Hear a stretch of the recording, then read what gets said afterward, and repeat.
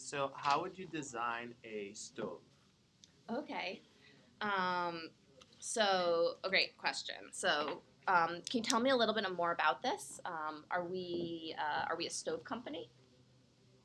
Yeah, so let's just say we're still Google, Uh huh. but we're trying to be in a connected home. We have Nest already, and we're thinking about what are the important things that people do on a regular basis, and we're saying, Mm-hmm. why not also like look into having a Google stove? Google Connected Home. Nice. And is there any particular audience that we're thinking of? Well, we have this push this year about accessibility, Mm-hmm. and one of the audiences that we're feeling is neglected are blind people. Mm-hmm. So we'd like a stove that works well for them. Accessibility. Blind people. Nice. Yeah, and would you be okay maybe using the whiteboard? Oh Would that be yes. Sorry. All right. So, so we're at Google. We're thinking about connected home. We're thinking about accessibility, Yes. and specifically for blind people. And do we have any kind of market research or insights that are sort of leading us to this, specifically around stoves or specifically around blind people? The blind people is just because we've gotten a lot of user feedback that our blind users feel neglected by us. Mm-hmm. As for the stove in particular, we don't have much market research. We just know it's something that people do a lot and that hasn't been revisited in decades. Nice. And then I know that we have like the Nest type of the cameras and stuff like that. Yeah. Do we have any other home appliances? Do we make? Yeah, so right Have we ever now made a we stove have before? Google Home. Uh-huh. We also have the Nest camera. We have the Nest thermostat. Mm-hmm. So these are the main ones that are publicly known. Okay, nice. And we don't have any sort of appliances. Have we ever made like big consumer appliances to buy before? No, we haven't. Okay. Yeah. Great. This is gonna be like this first consumer appliance. Yes. Okay, great. Are there any more questions I should be asking about this right here, or should I just jump in and start talking? It's up to you.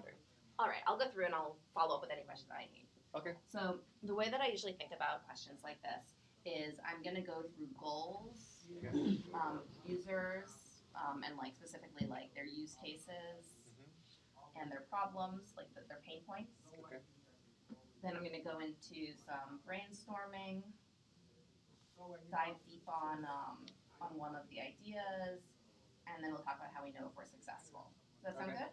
Sure. Great. All right.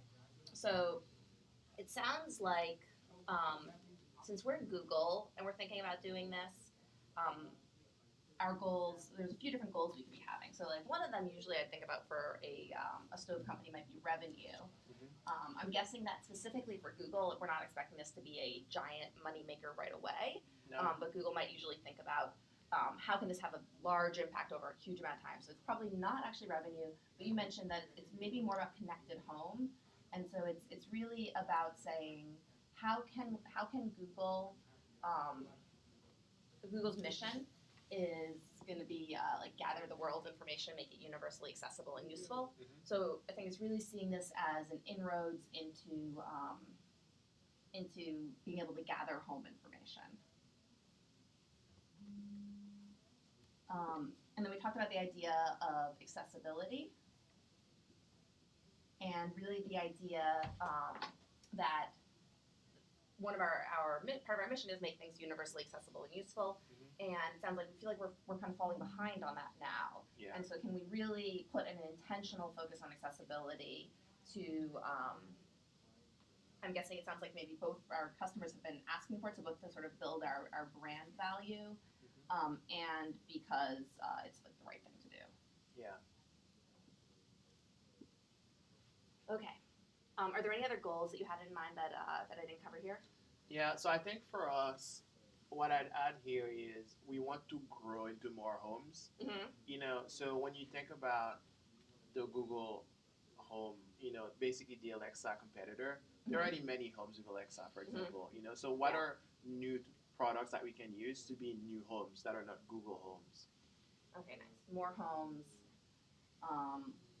like especially like we're saying especially homes that don't have Alexa yet, or getting to the Especially ones that don't homes have that don't have Google yet. Google products. Yeah. Yeah, like Alexa homes. Yeah, exactly. Or others as well. Or yeah. nothing. Okay, great. All right, so now, and this is really useful to really think about, like how do we get into more homes? And I think that there's a nice opportunity here when we think about accessibility because if we think about homes where one or all of the people in the home are blind, it's probably a smaller market, but it gives us an inroad and it gives us an opportunity where we really can go after homes that nobody else is really trying to serve at the best. Another interesting thing that I'll just kind of call out here is whenever I think about accessibility, I like to think about universal accessibility. And so what that is the idea that if you're designing something for somebody with some kind of disability, your audience doesn't need to be only that group with the disability, but rather by making things work for one group of people, you can actually make it better for all kinds of people. And so there might be an opportunity here where when we make things, and this is sort of what the company OXO does, is as we make things better for people with that are blind or low vision, we might actually be able to make it better for a much larger set of people. So especially since we're caring about more homes, I'll keep an eye on that. Good. Awesome. So let's start digging into the users. So thinking about the different kinds of people there are here. The obvious people are the people who are going to use the stove, and I'll assume it's adults for now, but we'll see what happens from there. The adults using the stove. And so that will be both blind people and then other people in their household who are visiting who are not blind. Other people that are going to be involved with this stove are going to be so we're thinking about homes. There's both homeowners and there's going to be apartments. Yeah. So I think there's going to be sort of the person who purchases the stove, and that could be the person who uses it, or it could be like the landlord, which could be a company. Which is interesting because especially when we start to think about getting into more homes, we're really thinking about scale. And so this is sort of an opportunity that if we're selling one at a time to people, we go slowly. But if we're giving it to the entire like Avalon apartment complex, maybe everyone can have that. And then let's see who else is there going to be. There's going to be maintenance people. Are there any key users that I've missed here? These are the main ones. How would you think about others are there other folks who may not use it as often but may somehow interact with the stove, or that we should think about? Good point. Yeah, okay, yeah, you're right. So there's going to be other people in the home. So, for example, there might be kids in the home, there might be visitors. And obviously the people that like eat the food that was cooked on the stove. And we talked about homes, right? We're assuming this is home use, not company or business use, correct? Correct. Yeah. Okay, great. So. Yeah, I think we've covered most of Great. those. Yeah. All right. So now I'm going to get into what are the sort of needs and pain points for these different people. Okay. So I'm going to start with the people who are using the stove. And so people who are not blind, or this is going to be just sort of everyone, which will also include people who are blind. They usually are trying to cook food. And they will care about things like safety, the amount of time it takes, the capacity of the stove. They also there's like some sort of ease of use that people care about. So there's like I think about gas stoves versus electrical stoves, which I think people have different preferences, partially because of ease of use. There might also be some quality issues there. I'm not the best stove person.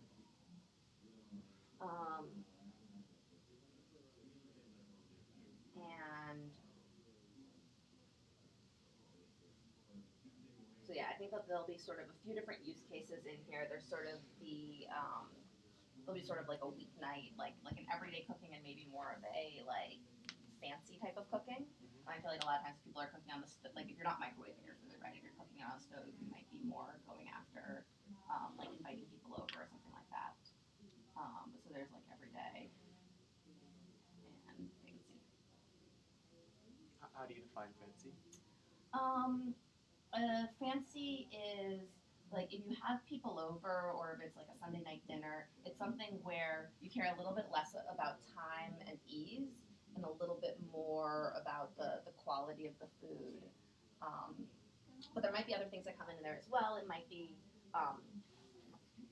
there might be like you might be less attended on the stove if you're doing a fancy dinner. There might be other people in the kitchen you're talking to. You might be like slightly more distracted, but that can happen in every day as well. And then when we think about people who are blind, I think the three things that come up. I'll put a few things down and then I'm gonna go through a little journey map. Okay. Okay. So I think safety is gonna be one of the things. Obviously, when you can't see, there's more of a chance that you could, and you're dealing with a hot element or something there.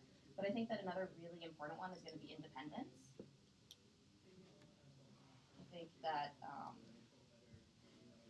that if you are blind and you are using a stove that's not that's not fitted for you, then you might not be able to use a stove. You might need to fall back on things like microwaves, and you might really be looking for something that lets you have that independence.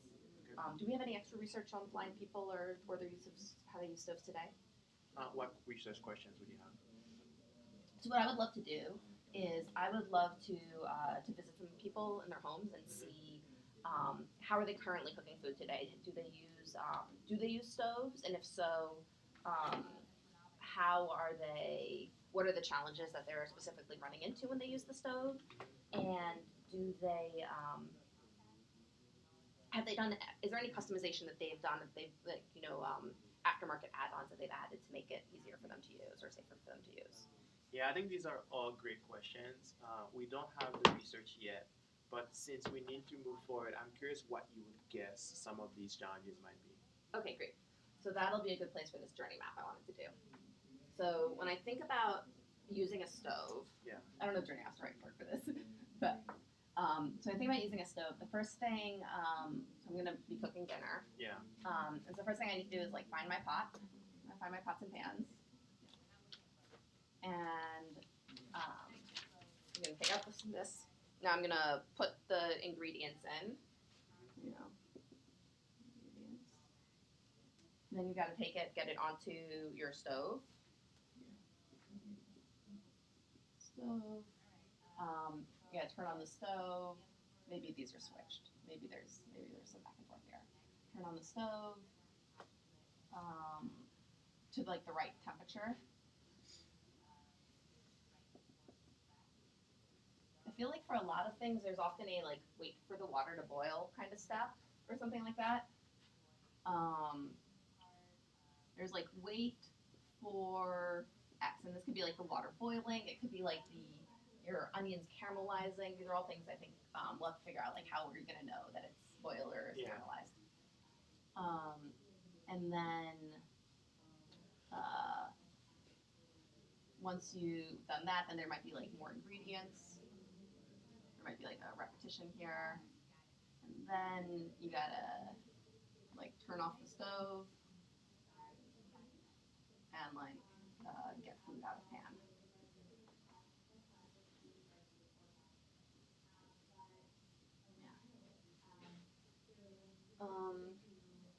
So, and as I'm thinking about this, I know we're talking about a stove, but one of the thoughts I have in my mind is how committed are we to knowing that a stove is the right thing to do? Or if we are pretty sure we want to build a stove, are there things that we could do earlier to validate the need along the way? Because it's a pretty big jump to go from no consumer electronic or no consumer appliances into building a stove specifically for a unique market. So there might be, even if that's our sort of end destination, there might be things we can do sooner that will get us in that direction, especially since our main goal is really getting into a lot of homes. So, so finding the pots is something I'm going to assume people have already sort of have an approach for. Yep. I'm going to assume they have some organization. Okay. And I'm going to assume that for putting ingredients in, that this is also something. When it comes to putting on the stove, this is pretty interesting because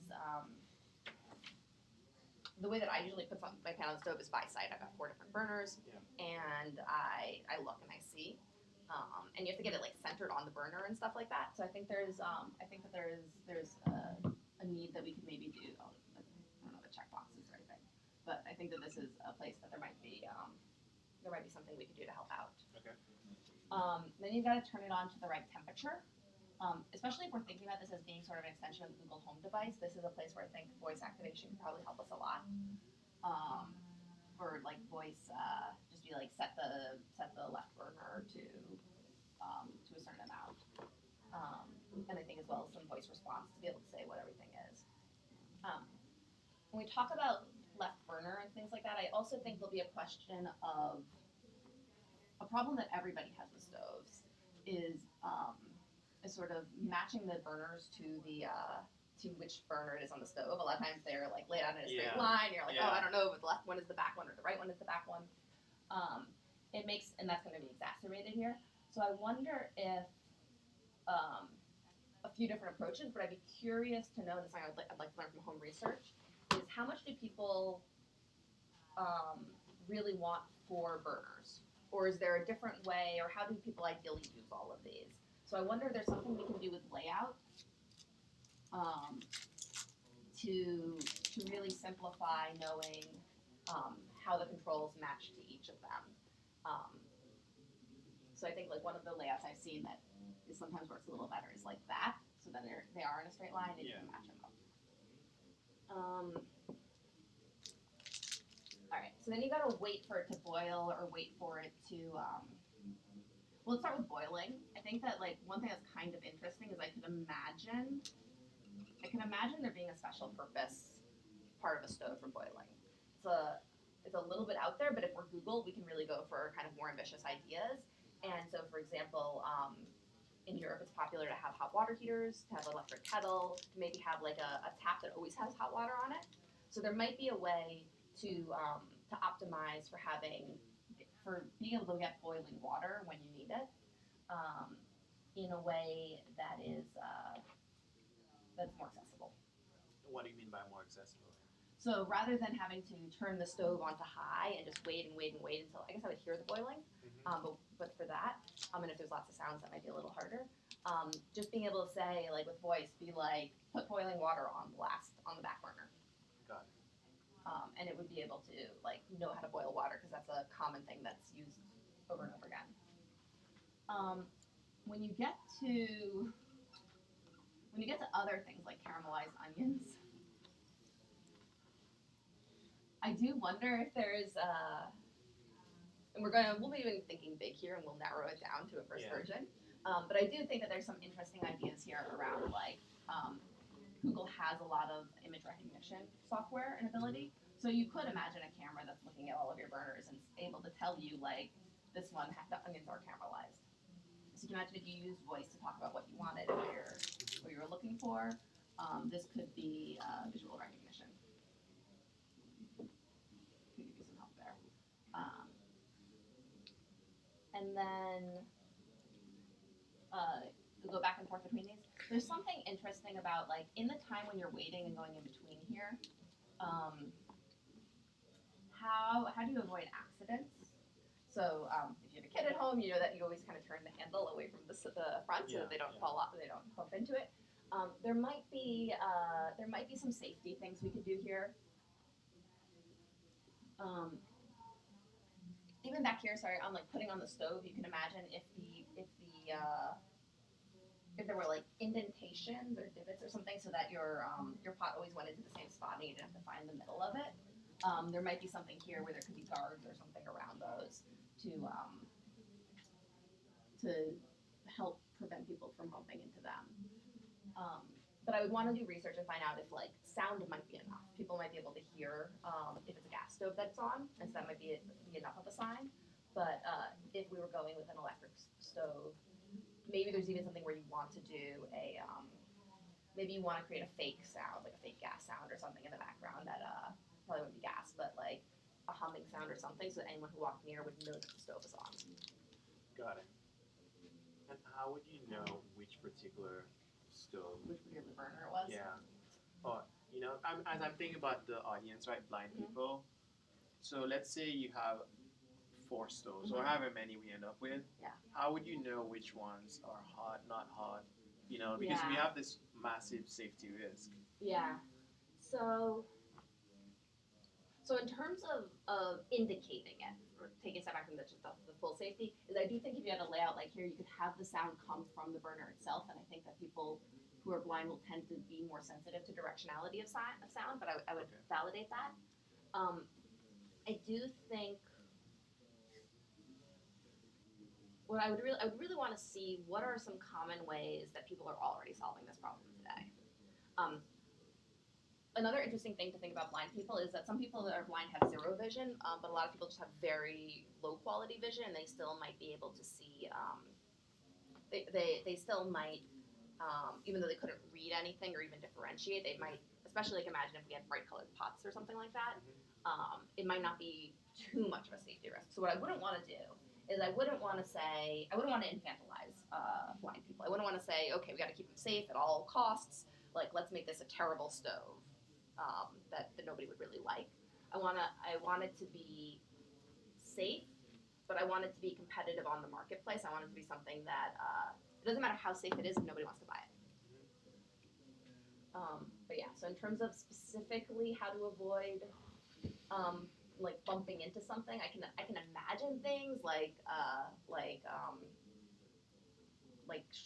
fireproof plastic shells that kind of come up and like protect the area when it's not in use. But I don't know that's overkill. Got it. And then I think over here we're starting to get to easier stuff that people probably have a solution for. Got it. So you have a set of opportunities that you've identified along the journey. How would you think about prioritizing? Yeah. So I think the first part is sort of the question of how committed are we to a stove? If we are sure we want to build a stove and we're starting with some sort of general industrial stove design and we're sure we want to build something on top of it, or are we more interested here in validating the marketplace and making sure that there's sort of a need for stoves like this? Yeah, I think in this particular case, it's our first attempt, so there is some validation. Yeah. Okay, great. So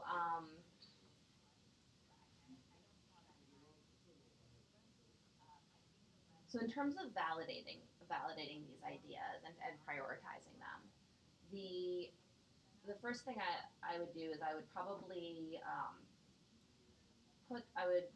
do customer research, and I would probably, there's a few different ways to approach it.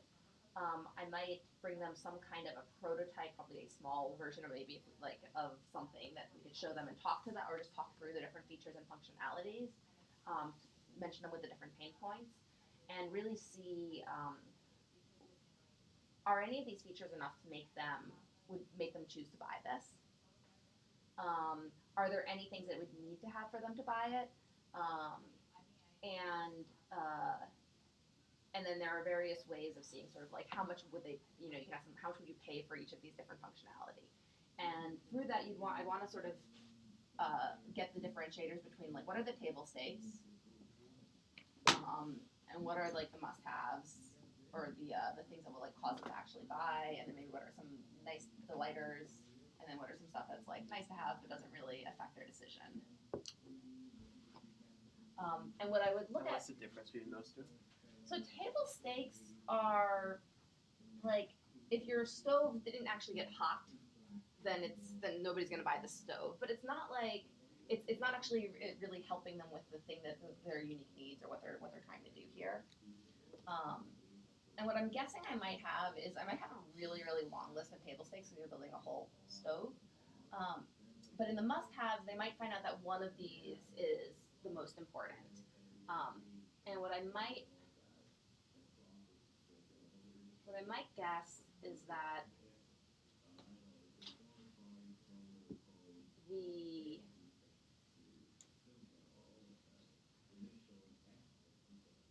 so I'm going to what I would assume is that people who are blind do currently use stoves today. I'm going to assume that they have some sort of that they have some ways that they've figured out to use stoves today. And so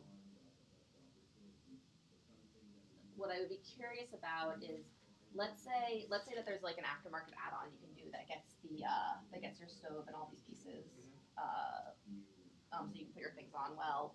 Um, there might be a way to reuse that for whichever kind of stove we might want to be building, or we might be able to build our part as an aftermarket add-on. I think that this is the two parts that I'm most interested in are the voice part and the visual recognition part. And the reason is because when I draw it back to our goals, which is really about connected home and getting into more homes, this is the part that really ties to where our unique advantage is. So anybody in the world might know stoves or might know blind people better, but we're the people who really know voice and visual recognition the best. There might even be an opportunity for us to partner with a stove maker for something here. But I think that this is the place where it's really gonna show people how their lives could be so much better. Is if you're able to say like, voice, I'm making this recipe, I'm gonna need to caramelize the onions, and it knows to turn on the burner. And this is also something that will be a delighter for people who aren't blind as well. So this is sort of where I would lean, because I think it's big and ambitious, which is, I think, in the case where we really are Google, I think that's the only reason we would bother to go into this space, is if we could do something that was big and ambitious like that. Got it. How are we doing on time? So we have about 6 minutes or Okay. so. Can you tell me, how you think about the launching this like an MVP?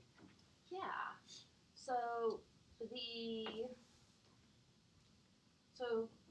if we're focusing on the voice and the visual recognition part, the visual recognition part actually is fairly easy, because this is just a camera you install above your stove that looks down, and it can be like a version of a Google Home device. Whereas voice controlling your burners, the only thing that actually has hardware in it, has to like attach to the devices and move off. So if the research didn't show that the voice control was so much more important than the visual recognition, this is probably the part that is going to be the easier one to launch. In terms of how to roll it out and validate the market and get it out there, I haven't launched hardware products before, so I'm not as familiar with the entire process. But in general, this is a place where I would partner really strongly with my product marketing companions and any other partners that we have on the hardware side. And what I would usually imagine I'd do for something like this is I would start with a beta group. I would find a set of people who are willing to put this in their homes and give us feedback on it, and we'd figure out a cycle of like, how long do we need to get really good feedback on these pieces. And I would run that beta group, and there's a survey we use sometimes, the product market fit survey. And basically, there's a few different variants of it, but you can be like, how disappointed would you be if you could no longer have this? And we'll set a threshold for how high it needs to be. It might be like 8 out of 10 on average, and basically give us a certain amount of time to iterate and see if there's a few ideas we have. But if we're able to get to that score with our beta customers in the amount of time we're willing to spend on it, then I would think that it's validated enough to go out to launch. And if we spent, let's say we spent a year on this and we're like, no, we're stuck at scores of 4, nobody really cares if we take this away from them, then I would think that was probably a good reason to move on to another idea. Got it. And in terms of the actual idea, just to make sure we're on the same page, so you said that you'll have a camera on top of a stove, and that would detect whether or not your food is cooked. Yeah, Can you elaborate on what I think the I might. idea Okay, is? yeah. So let's go into the details, and I think for this one, I think that it's going to work actually a lot better if we tie these two together. Okay. So I'm going to assume that we have the resources and we know how to connect to the stove enough so that we can control the burners. Maybe there's a specific type of stove that's electric that we're able to easily work with that stove to modify it. So it's two parts. It's the voice part, and this is all going to be sort of under the Google Home brand. Yeah. So let's see, here we are.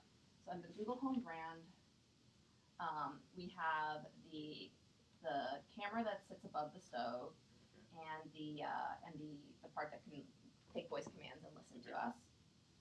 And that's just a normal Google Home, so it can also do all the other stuff it can do, like read the weather. And we basically, what we do is add on commands that are going to let us control the stove. So turn certain burners on to certain temperatures. Okay. And set certain, similar to the way you set an alarm. So there's control burners. And then similar to the way that you set alarms, where you say, like, remind me in 3 minutes. Okay. You can say, you can imagine saying, like, remind me when the onions are caramelized. So like a reminder there. And then you might be able to tie this together where you say, when the onions are caramelized, turn the heat off.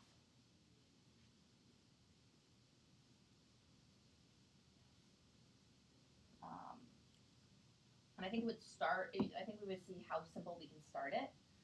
But over time, you can imagine this connecting more towards whole recipes and being able to be able to like know which burners need to be at which stove. Yeah, so I think this is all great. I think one thing I'm wondering though is how it solves for the particular audience we're looking at. Mm-hmm. So it seems like you're automating some things around, okay, when is this ready, you know? But what's the biggest problem that you feel like blind people are facing around cooking, and how does this particular solution solve it? Yeah.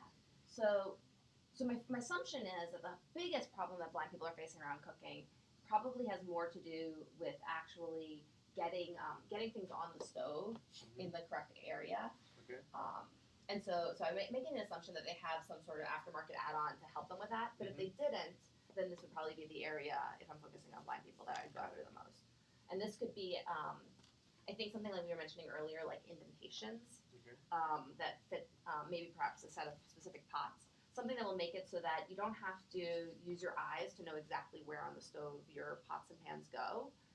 And possibly then even if we were building those pots, the handles could have. So you're saying custom pots so that they only fit in certain areas and in a way that doesn't pose a safety threat? I think it depends on your audience and depends on sort of the how cost sensitive the people we're going after are. It could either be custom pots, or it could be that the inserts can be sized to the pots that you already have. Got it. Cool. And then so one last thing just to wrap this up. So let's say we decide that we're moving forward with this. How do you measure success? Yeah, great question. So I think that at the earlier stage, I think the product market fit survey is a really good one, which is like, how disappointed would you be if this took away? Or a variant of it, which is basically, are you willing to pay as much to buy this as it costs to make? Subtracting out the value of the Google Homes that we're getting in here. But since our overall success metric, I think really probably should be this one, which is the number of, this is what we're really trying to do, which is more homes. So this is going to be, if we could measure directly, we'd say how many more homes that didn't have a Google Home in them are now getting it. We might separately be able to proxy that, but just how many Google Homes are being sold, even though some of them will be to homes that already had them. Yeah.